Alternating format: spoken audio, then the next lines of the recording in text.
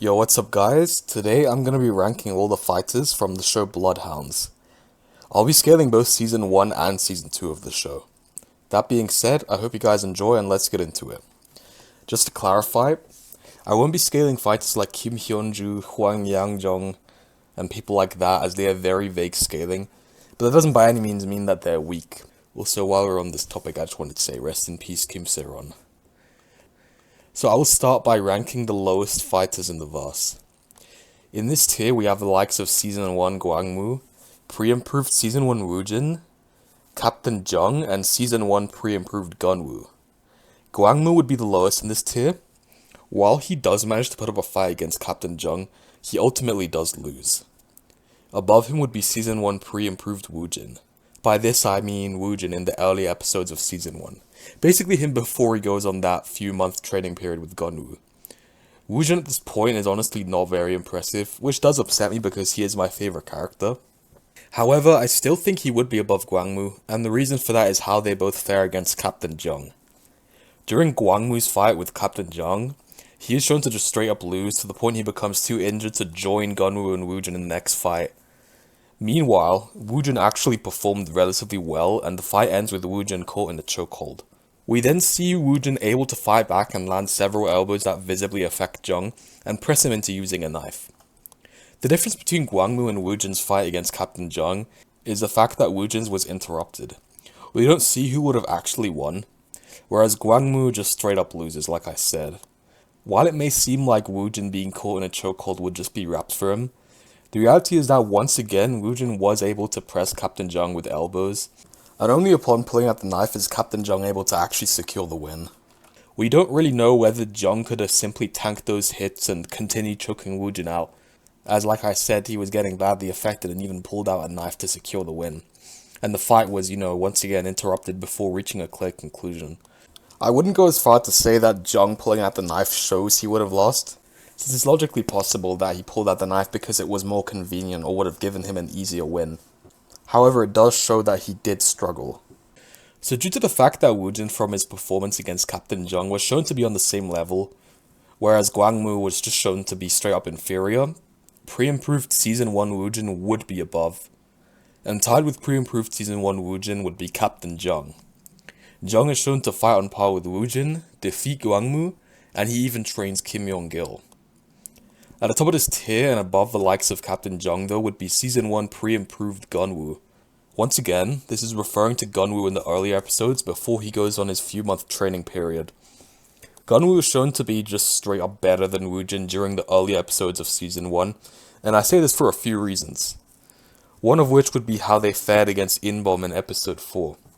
During Woojin and Gunwoo's 2-on-1 fight against Inbom, Gunwoo is shown to immediately dodge a hit from Inbom, whereas the moment Inbom swings at Woojin in the same way, he lands on him and drops him. Unlike Woojin, Gunwoo was only shown to really start losing once he didn't have someone to fight alongside him, whereas Woojin just got immediately dropped even when he and Gunwoo were tag teaming him. On top of that, we see that when the two are both straight up 1v1ing Inbom and he isn't distracted by someone else, Gunwoo is able to land several hits, whereas Woojin only really lands one. It was made very clear that Gunwoo was the MVP in defeating Inbom in Episode 4.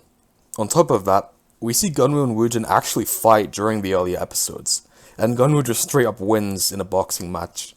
And since both fighters are boxers, this should be a fair fight. This should be a fair representation of their skills. Due to these reasons, Gunwoo would be above Woojin during the early episodes of Season 1, and would also be above Captain Jung, as I've already explained that Woojin and Jung's fight was inconclusive, so they are therefore relative. Now at the bottom of this tier we have Kim Yong-gil, the main villain from Season 1. Kim is shown to be a dirty and calculated fighter.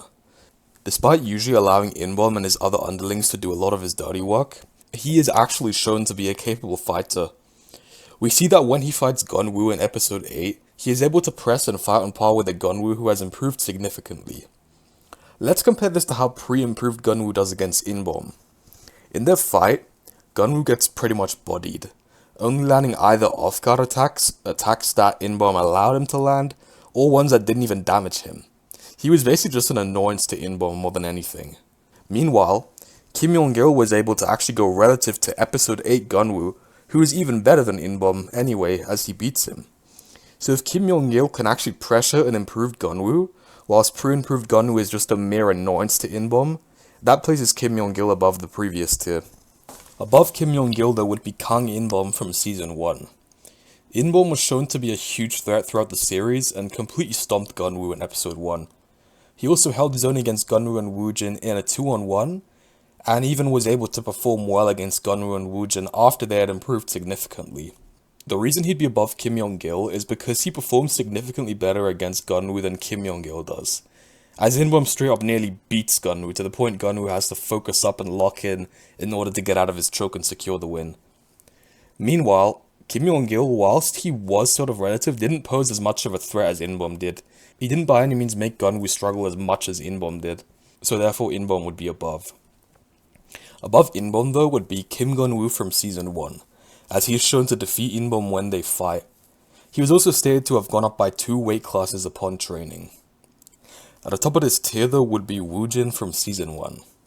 Whilst it may seem strange to see Woojin this high when he was pretty unimpressive earlier on in the season, he arguably outperformed Gunwoo against Inbom. When Gunwoo fought Inbom, despite him being completely fresh, he struggled quite a bit, whereas Woojin, despite having been off guard and thrown down a flight of stairs, was able to beat Inbom with less difficulty, as Inbom was only shown to land 2 hits on Woojin and didn't get as close to beating him as he did to Gunwoo. Now in this tier we have Adik Belov, I don't know if I'm saying that right, from Season 2 Episode 1, the Uzbek fighter. At first glance, it might seem strange to place a character who loses to Gunwoo so early in the season above all of the Season 1 fighters, but before you bash this, please just hear me out. So first of all, bro, my cat just jumped on my PC and turned it off, like she jumped directly on the shutdown button. But before you bash this, please just hear me out. So first of all, and I got so annoyed because I didn't want to record this again, but luckily somehow the recording didn't get corrupted and it's still here, so I'm gonna continue now. Firstly, I'm gonna establish the actual time gap between Season 1 and Season 2 of Bloodhounds. We know that by the end of Season 1, Kang Inbom has not yet been arrested as he fights Woojin in the final episode. However, in Episode 3 of Season 2, it's confirmed that he was arrested in 2021. This means that Season 1 of Bloodhounds ended in 2021. And if you're wondering, it couldn't have ended in 2020, as in the first episode of Season 1 we see that the date is December 2020. And several months go by throughout Season 1, so it would need to have finished in 2021. However, in Season 2 we see that Gunwoo's fight with Adik takes place on the 1st of March 2025. This means that even if we be generous and assume that Inbom was for some reason arrested at the very end of 2021, like the 31st of December 2021, that still means there was a gap of over 3 years after Season 1. Even interpreting it in the most biased way possible, there is at the very least a 3-year time skip between Season 1 and 2. And this holds so much weight because it means that Gunwoo has had at least 3 full years to train and improve. 3 years! And we already know just how quickly Gunwoo can grow. In Season 1, he goes from being a complete non-threat to Inbom to actually defeating him only after a few months of training. So imagine just how much better he would get when training for 3 whole years. And it's not as if Gunwoo would be slacking, as he was competing in professional boxing. And we also see Woojin directly confirm to Gwangmu that both he and Gunwoo have become much stronger after defeating Kim Yong-gil. When considering this, Adik's performance becomes very impressive. In Episode 1, Adik is able to pressure Gunwoo and even force him to adapt his fighting style mid-fight. That level of performance against a significantly stronger version of Gunwoo should place Adik above Gunwoo's Season 1 self. And this idea of rapid improvement isn't something limited to Season 1, since even in Season 2, we see that Gunwoo initially struggles against Adik, and we see Baekjong fight Adik, and whilst Baekjong is superior, it's not too easy for him as Adik is still able to keep up with him in speed somewhat. However, later on in the story, Baekjong trains and we see he's now able to neg Gwangmu, someone who should scale above Adik, which will be explained later, don't worry. And we see Gunwoo fight relative to that same version of Baekjong in Episode 5 upon training, despite Gunwoo not having metal knuckles while Baekjong does.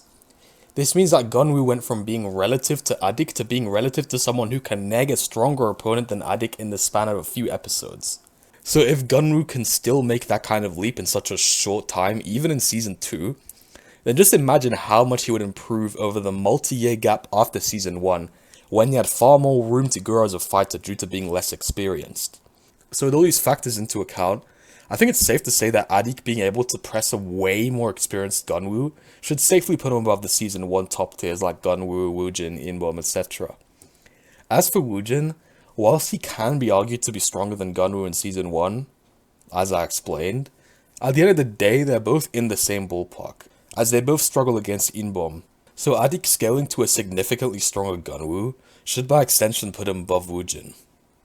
Now above Adik we have Season 2 Episode 2 Inbom. The reason Inbom would be above Adik is because of the fact that he performed better against Baekjong than Adik did.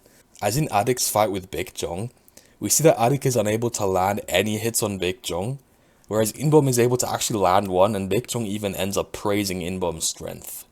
And mind you, that was even after Inbom had fought like 10 guys, and took several hits from them. And I just wanted to say that Inbom being able to land a hit on Baekjong in Season 2 Episode 2 doesn't mean his Season 1 self scales to Baekjong. As we see that in prison, Inbom has been working on his accuracy by hitting the wall, and is even stated by Baekjong to have learned boxing. Likely from the memories of his fights with Gunwoo and Woojin. Or maybe other prisoners, who knows. We also see that Inbom in the same fight is using a boxing-like stance, which he wasn't shown to do in Season 1, further confirming this.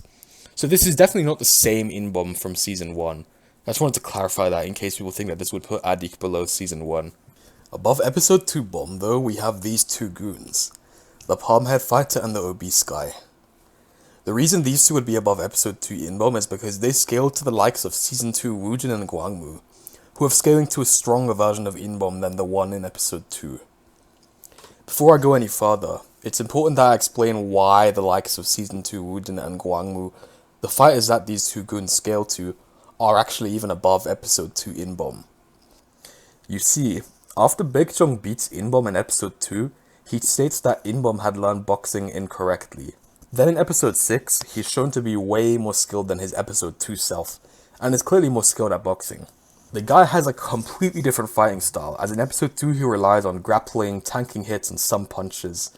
His fighting style is kind of different, but he still has a lot of similarities to his old self.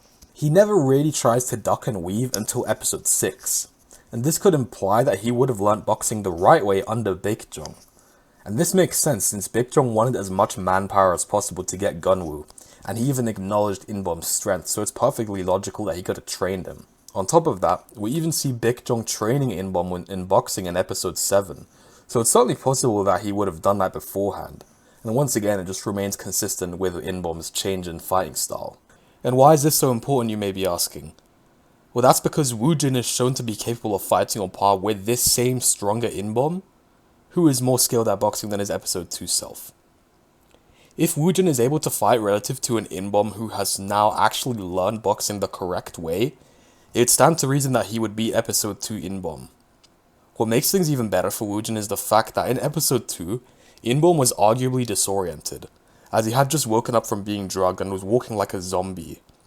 However, in Episode 6 he seems to have fully recovered, as shown by the fact he is able to walk completely normally now. So if Woojin fights on par with a more skilled and healthy Inbom, then it stands to reason that he would defeat a less skilled, disoriented Inbom. Now looking at the two aforementioned goons, both of them are able to pressure and fight on par with Woojin and Gwangmu, who I've already explained scale above Episode 2 Inbom. Well, I've explained that Woojin scales above him, but Gwangmu is relative to Woojin, and I will get to that soon. The Palm Guy is able to press Gwangmu, and the Obese Guy presses Woojin. If I had to choose who's better between the two, I would probably pick the Obese Guy. This is because his performance against Woojin is more impressive than the Palm Guy's performance against Gwangmu, and Woojin and Gwangmu are on a similar level. You know, like I said, I'll get to that, so don't worry. It can also be argued that Woojin's win against the Obese Guy was pretty reliant on the environment, as the Obese Guy did get his arm stuck in the wall, which then allowed Woojin to get the upper hand and win.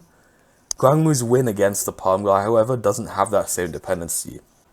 So in conclusion, both these two goons should scale above Episode 2 Inbom due to their impressive performances against Woojin and Gwangmu, who would be above Episode 2 Inbom. Now this tier is where things get a little controversial. At the bottom of this tier, I have Woojin, and not just Woojin in the early episodes of Season 2, peak Woojin from Season 2. He would be above the previous tier, as he technically already beat the obese guy even before he went on his training arc with Gunwoo. He's also shown to scale to Gwangmu and is capable of pressing episode 6 Inbom. However, that's as high as I think he can really go. This might seem really weird because Woojin was actually able to press In Baekjong in the finale, the guy who's just objectively top 2 in the verse, and might actually be top 1 if we ignore the fact that Gunwoo is just a direct counter to him, which I'll explain later. But here's the problem. Woojin's performance against Yin Baekjong, when we look at it in context, isn't that impressive, and here's why. The important thing to realize is that when Woojin and Gunwoo trained for the upcoming fight against Baekjong, they focused primarily on how to counter Baekjong's style specifically, even going to the man who knew his style best and learning from him.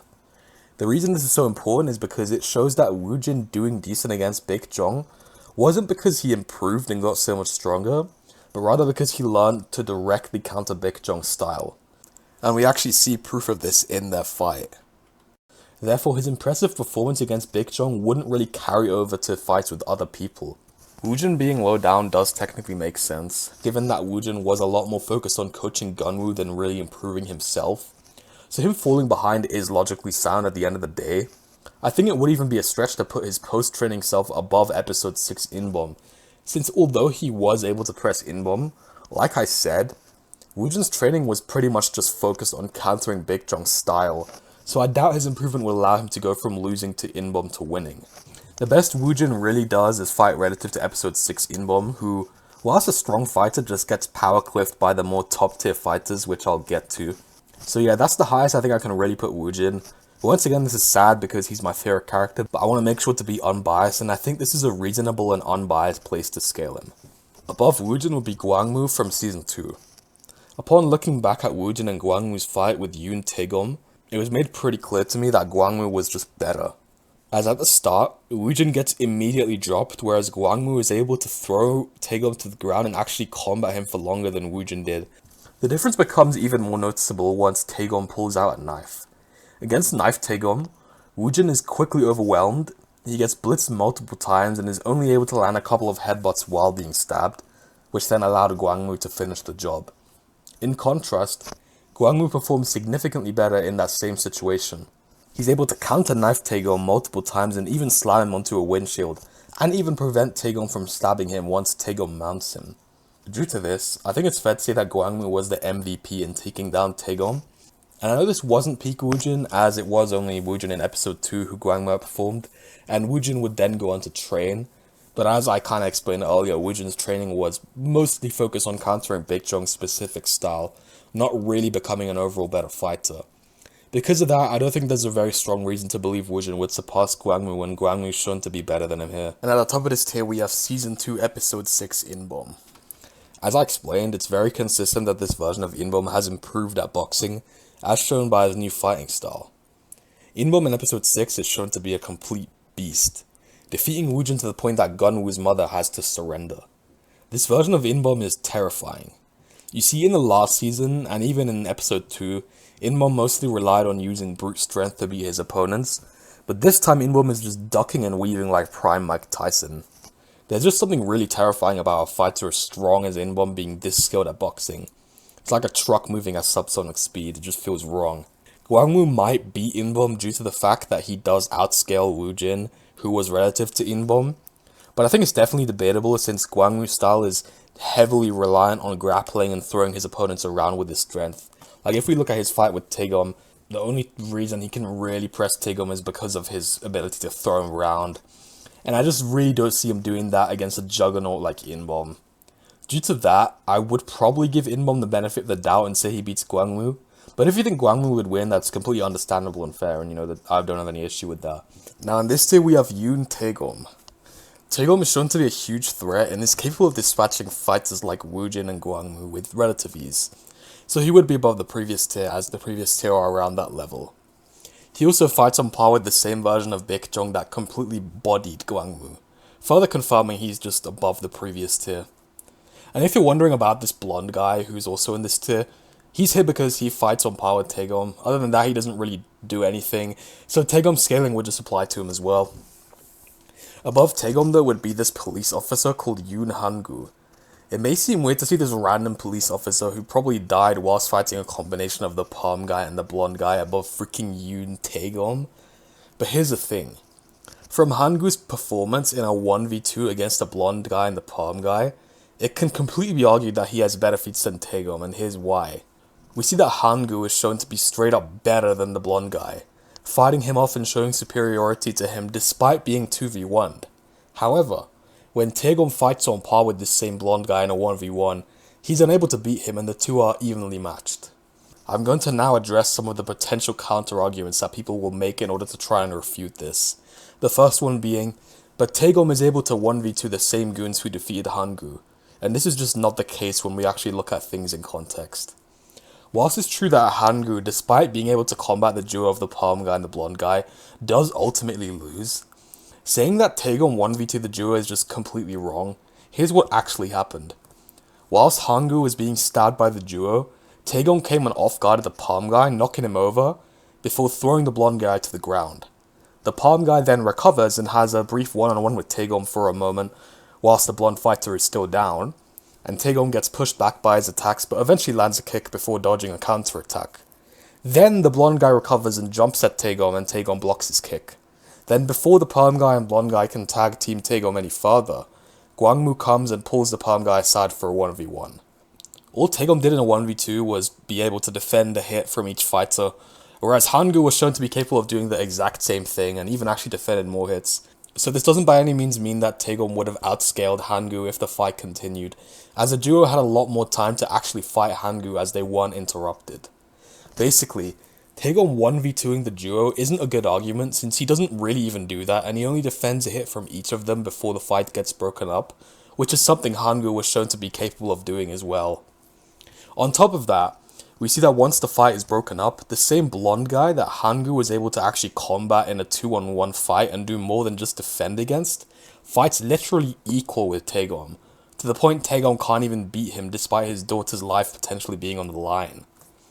So in reality, we can't really appeal to Taegom's 1v2 fight with these two. At most, he briefly defends one attack from each fighter before the situation is broken up, and like I said, that's literally something Han-gu was already shown to be capable of doing anyway. So appealing to Taegom's performance against a duo in an attempt to scaling above Han-gu just doesn't work. So it's very clear that Han-gu is just better. But that's not the only counter-argument I'm going to address here. Another argument people may use is, but we see Taegom fight Baekjong and he does well, whereas Han-gu gets destroyed by Baekjong when he fights him.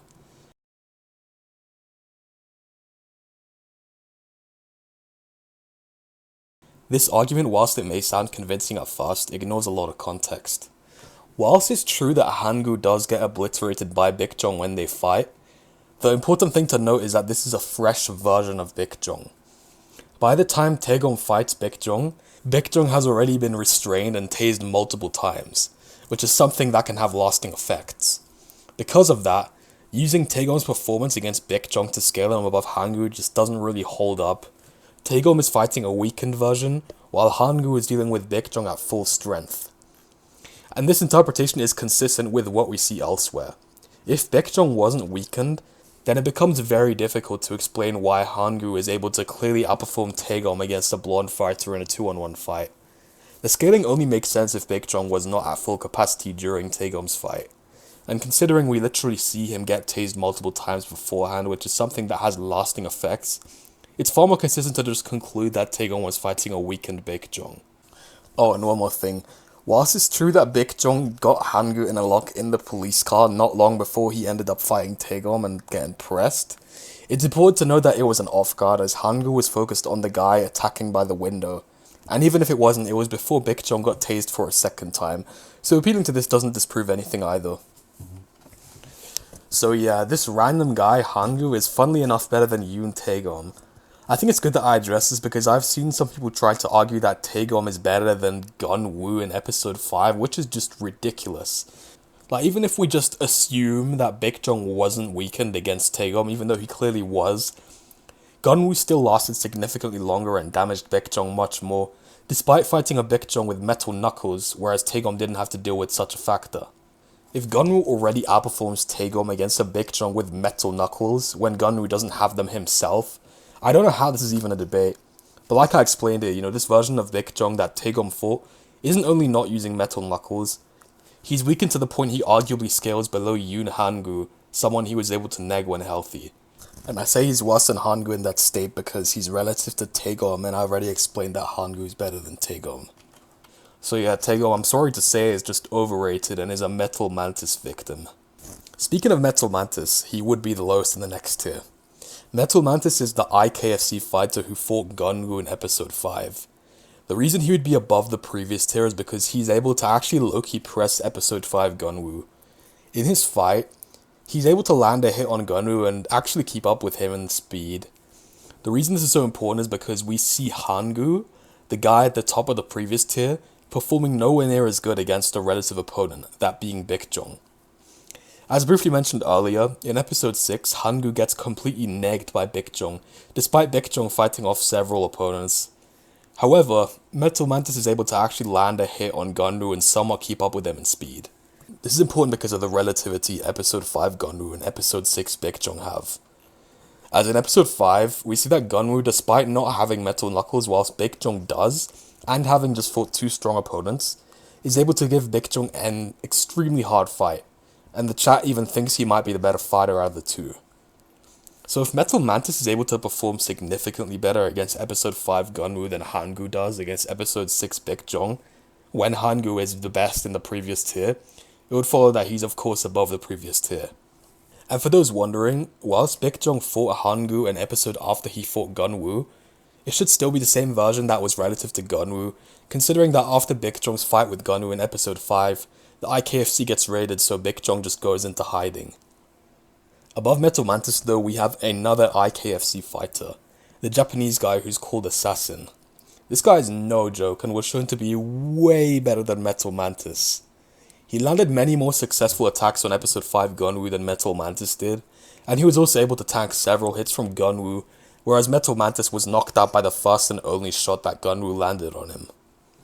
Above Assassin though would be episode 5 Gunwoo. He would of course be above Assassin as he beats him in a fight. Gunwoo actually managed to gain the hearts of the audience thanks to his performance, and he even went toe to toe with Baekjong, despite not having metal knuckle as well as Baekjong did. However, episode 5 to 6 Baekjong would be at the top of this tier, as whilst he does struggle significantly against a Gunwoo who doesn't have metal knuckles whilst he himself does, it's still most likely that even if they had equal advantages that Baekjong would come out as the winner. The reason I say this is because Gunwoo does pretty much admit that Baekjong just outskilled him, and he even goes on a dedicated training arc to learn how to counter Baekjong's skill specifically, something that I doubt he would have felt the need to do if the thing that made him lose was simply a lack of metal knuckles. And yes, if you're wondering, Gunwoo would know that Baekjong had metal knuckles in, as Taegom did straight up explain that that's how people fight in the IKFC. So it's not like he thought Baekjong beat him fairly without metal knuckles. He was aware of it, and still felt he needed to learn how to counter Baekjong after his defeat. Now in this tier we have the absolute beast from episode 7 with Kang Inbom at the bottom. Inbom in episode 7 is shown to be a complete menace. Whilst he does lose to Gunwoo, I still think he should scale above the previous tier, and I'll explain why.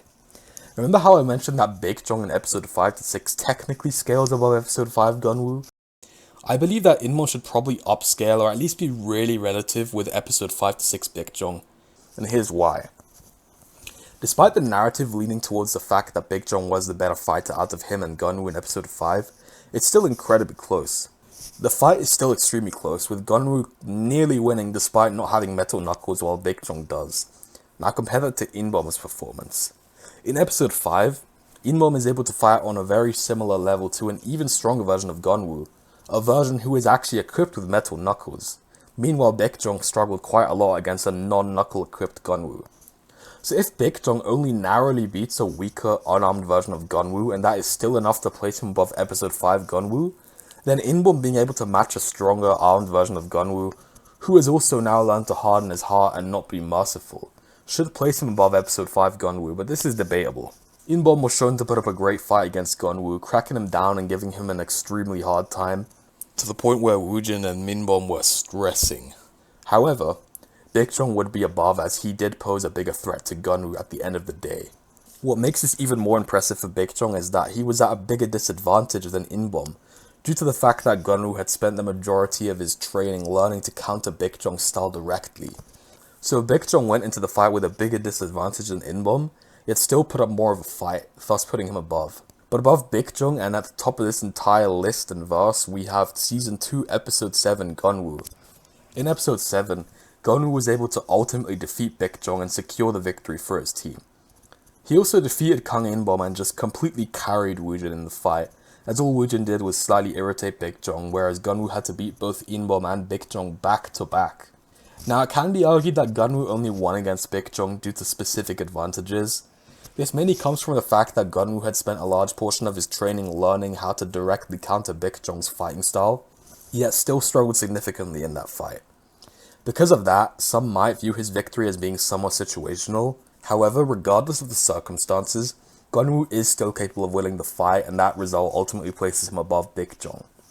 That being said though, it's still reasonable to argue that in a more general sense, Big Jong may pose a greater threat to most fighters overall, since he is the more well-rounded combatant, and it's just that Gunwoo's advantage comes from being a direct counter to him.